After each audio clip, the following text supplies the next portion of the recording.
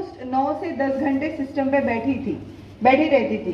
तो मेरे को ज़्यादातर मतलब वॉशरूम जाने में भी मैं ज़्यादा ब्रेक्स भी नहीं ले सकती थी, और ऑफिस भी जब जाती थी तो मैं मोस्टली 10 से 12 घंटे में बैठी रहती थी सिस्टम पे।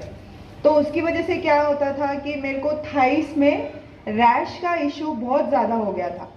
तो जब पीरियड्स होते थे तो रैश कंपलसरी होता था और मेरे को 1-2 दिन पहले से ही स्टार्ट हो जाता था। और मेन इशू ये था कि मेरे को वेजाइनल स्मेल बहुत आता था, क्योंकि मैं पानी कम पीती थी, या फिर जिस तरीके से मैम ने समझाया था पैड्स का इशू है, उस वक्त मेरे लाइफ में ये प्रॉब्लम थी। मैं किसी से बोल भी नहीं पाती थी, क्योंकि हम किसी से बोल ही नहीं पाते। हस्बैंड को ही बोलते हैं तो वो कुछ नहीं समझते, तो बाहर वाले क्या समझेंगे। तो उस टाइम पे मेरे को ये रैश का और ये वजाइनल जो फॉल स्मेल आता था, बहुत गंदा स्मेल आता है। एक 30 एज क्रॉस करने के बाद तो कंपलसरी आता ही आता है। तो ये मैं फेस कर रही थी, लेकिन मैं किसी से बोल नहीं पा रही थी। उसी टाइम पे मेरे जो मैं इनको भाभी बोलती हूँ, तो हमारे रानी भाभी ने मुझे बताया था। तो तब मैंने विश्वास नहीं किया कि ये एक पैड से क्या हो जाएगा, क्योंकि मैं मेडिकेशन भी यूज कर चुकी हूँ इस चीज के लिए, क्रीम यूज कर चुकी हूँ, तो कोई रिजल्ट नहीं था मेरे लिए। उस टाइम पे बहुत फोर्स करने के बाद मैंने फिर ये प्रो लाइनर मैंने यूज किया है। एक ही महीने में, I am telling you seriously, एक ही महीने में मेरा जो इशू था, मेरे नेक्स्ट मंथ मेरे को कोई रैश नहीं आया, और अभी तक फिर से मेरे को कोई रैश नहीं आया। मुझे अभी तक भी रैश का इशू नहीं है, और ये मैं ओपनली बोल रही हूँ सबको। और मैं जिसको भी बोलती हूँ पैड्स के बारे में, मैं खुद एक लाइव एग्जांपल हूँ जो मैंने ये प्रोडक्ट यूज किया है। अब मुझे किसी से ये बोलने में भी कुछ वो फील नहीं होता कि हाँ, लेडीज को क्या है, पीरियड्स के इश्यूज में बहुत सारे इश्यूज आ जाते हैं। जैसे कि मेरा ये छोटा सा इशू था, लेकिन मैं अंदर अंदर घुट रही थी, मगर एक छोटे से पैड ने इतना बड़ा प्रॉब्लम सॉल्व कर दिया।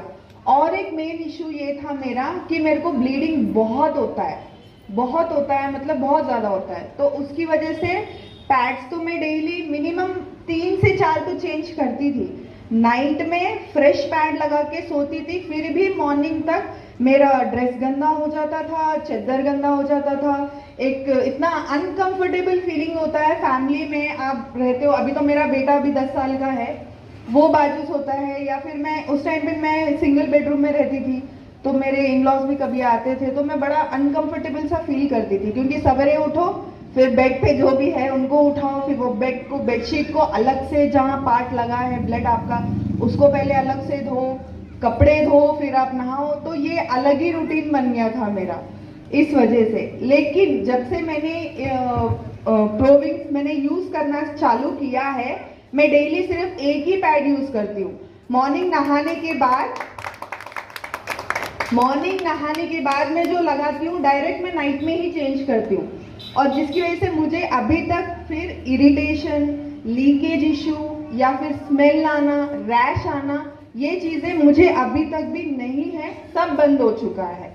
और दूसरा एग्जाम्पल ये है, मैंने अपने मदर इन लॉ के लिए वेट लॉस किट लिया था, ओमेगा 3 और सेलुलाइट जेल। उनको हमने बहुत फोर्स करना पड़ा, क्योंकि बड़े लोगों को मनाना बहुत मुश्किल होता है। मैंने भी उनको ये चीज समझाई कि मुझे रिजल्ट मिला है, तो मैं तो उतनी हूँ